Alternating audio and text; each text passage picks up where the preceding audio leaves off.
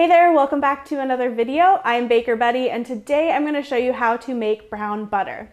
Now, brown butter is one of my favorite ways to elevate any kind of baked good. It can make a really good baked good taste bakery quality and give it that extra something special, and it's super easy to make. I'm going to show you how to make it today, and then I'm going to show you how to use it. So to make brown butter, you literally only need one ingredient, and that is butter. So I have 2 sticks of butter here, and I like to start by cutting it into some smaller pieces, just so it melts a little quicker and browns more evenly. It doesn't need to be exact, I'm just kind of cutting it into chunks. And then we're going to put this in a pan over medium-low heat. So I like to use a pretty wide, shallow pan when I am browning butter, so that way I can really see the bottom of the pan and see the milk solids as they're browning, because that is how brown butter happens.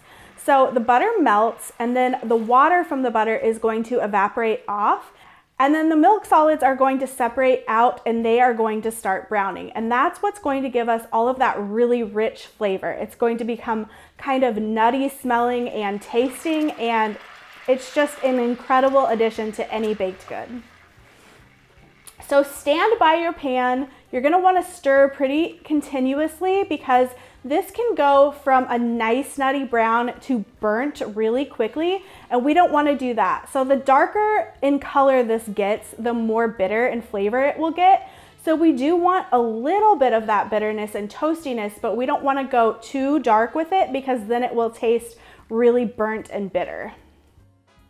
So I always say you really want to use both your nose and your eyes during this process, because you will start smelling it browning. It's going to start smelling super toasty, but you also really want to watch it, because once it first starts having that really toasty smell, it's probably just going to be a little bit lightly browned. And you don't want to stop there, because we really want an incredible depth of flavor.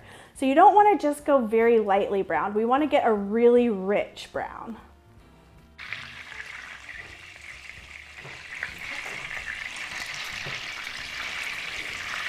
So one of the other things to pay attention to as well is the sound of the butter. Right towards the end, it's going to start bubbling quite a bit, and you're going to hear all of that boiling because the rest of the water is evaporating off of it.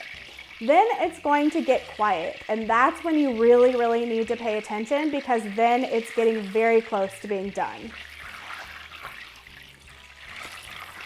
So you can start seeing now that we are starting to get some brown bits on the bottom there.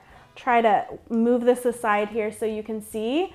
I'm really stirring this continuously because I don't want any of these brown bits to burn, but I'm not quite there yet. It's just still pretty light brown, and I want to get a really rich dark brown. So we're so close. It's starting to smell incredible in here. And you can also hear that that bubbling sound has completely died down. And you can kind of play around with how far you go with this too.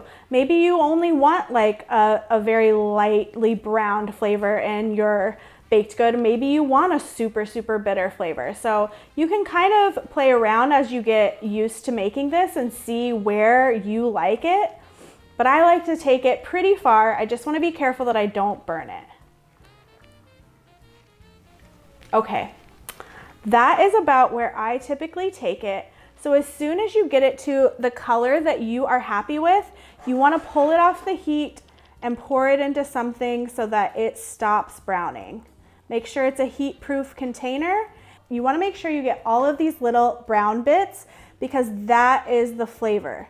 Those are the browned milk solids, and that is what gives the most punch of flavor in the brown butter.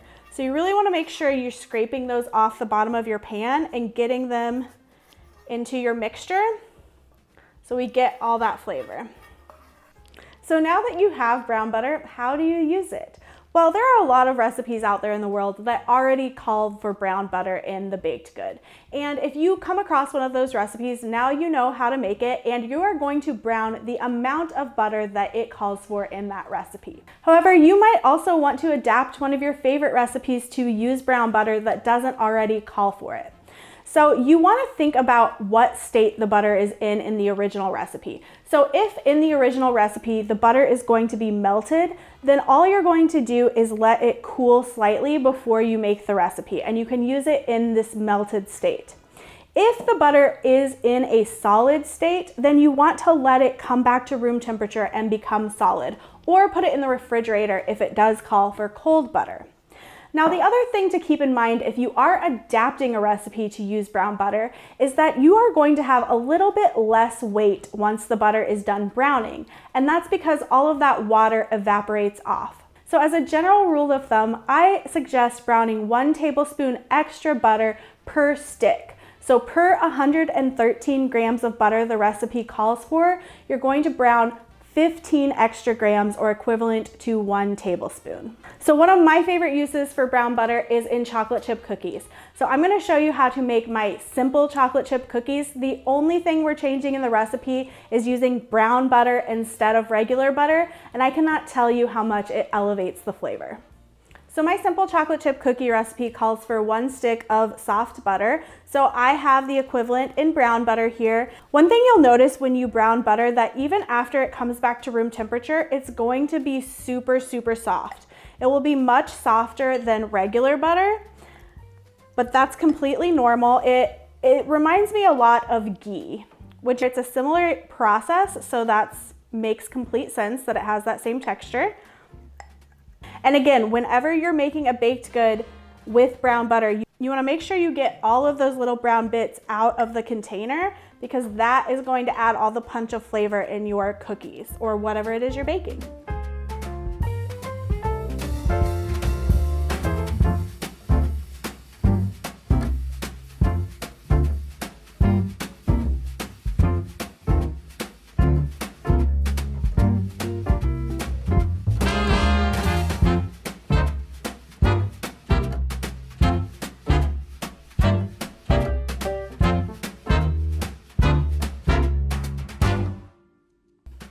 So these are my super simple chocolate chip cookies. They're only 6 ingredients, and the only thing I changed in them was to use that brown butter instead of regular butter. Let's give it a taste.